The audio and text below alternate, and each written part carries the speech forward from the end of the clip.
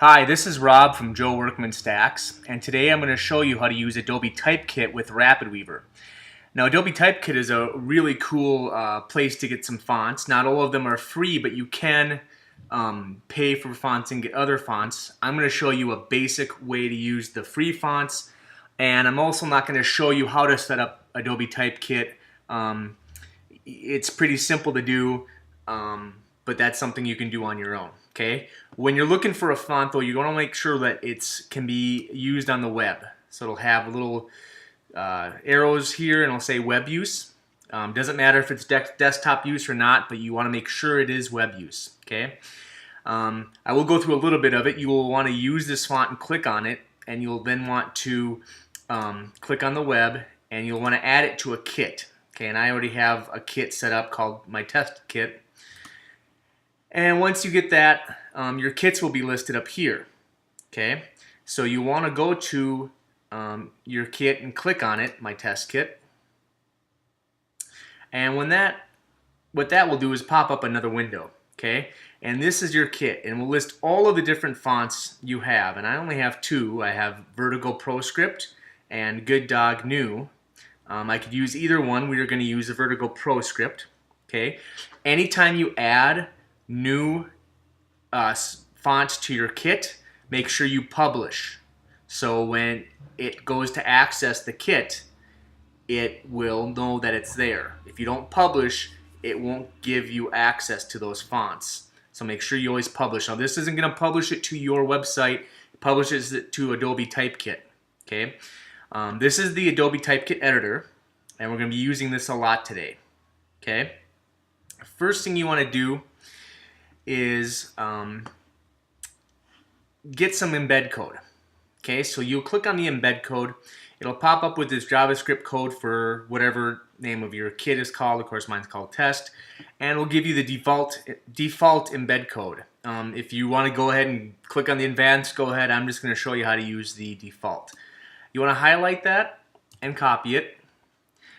Then you're going to put this into your RapidWeaver project. Now, you could do it one of two ways. You could open the inspector, you could go to here and put it in the header and paste it there, but then it will only work on this page. We suggest you use RapidWeaver 6 if you're using RapidWeaver 6, their new site-wide code. Okay, so then you'll want to scroll down to the head area, paste it in there. Now there's just one change you want to do with the code. Where it says source right here, you want to add HTTP://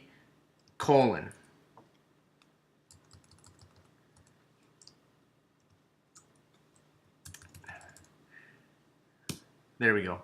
And that's RapidWeaver 6's code finishing thing, and I wish we could turn it off, but we can't. So, but you add HTTP:// in there, leave the backslashes, leave the rest. Now that you've added the code, go ahead and go back to your main web page and go to the site styles. We're going to want to use the site styles stack setup, and you want to use the foundation text area. But before you do that, you have to go back to Typekit page. So you want to always leave this open while you're doing this. And then you want to click on this little area here called Using Fonts and CSS.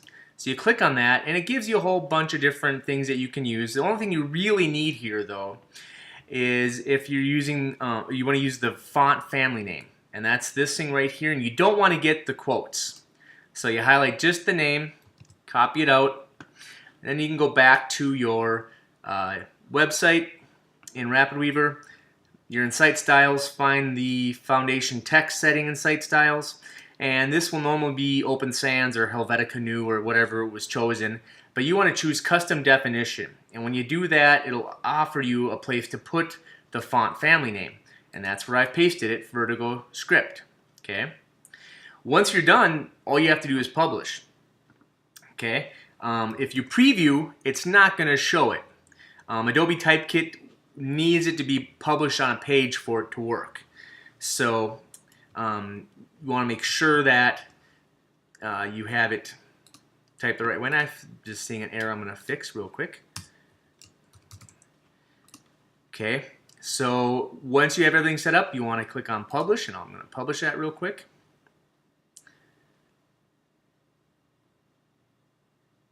And it's done. Okay, but before we see what the page looks like, I want to show you how you can do it in Letterpress.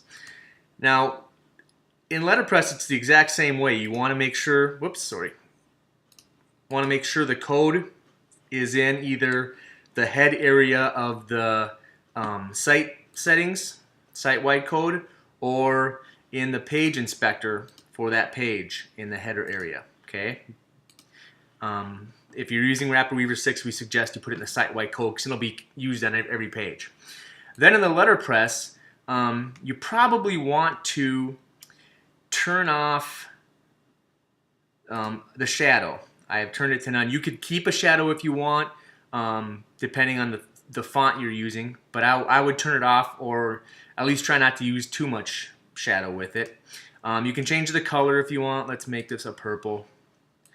And then down here, where it says style, it's normally chosen as theme font.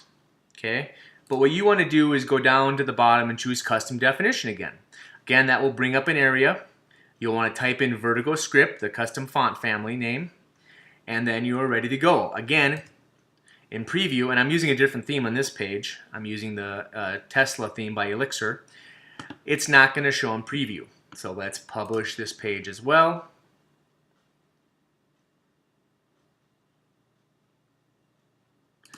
And click on Done. Now we're going to visit the page. So, and I have that set up here. And I'm going to refresh it real quick. And there you'll see the script is there. And it's here, and you notice it's not in the text, and that's because in the site styles I only set it for H1 tags. So any H1 tag I have is going to have that font. Now let's look over at the Letterpress page. Okay, I don't have it set up for the title.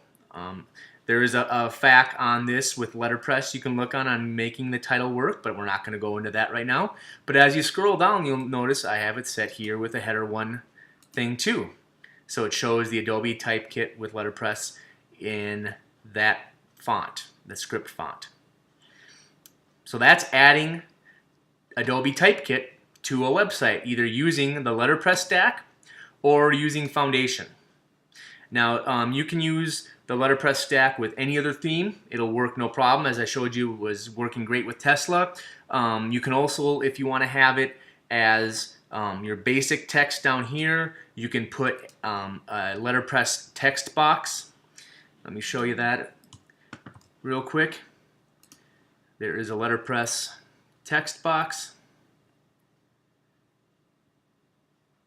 And you can use that, put it in here, put the text you want in, but then you have to, again, adjust the settings.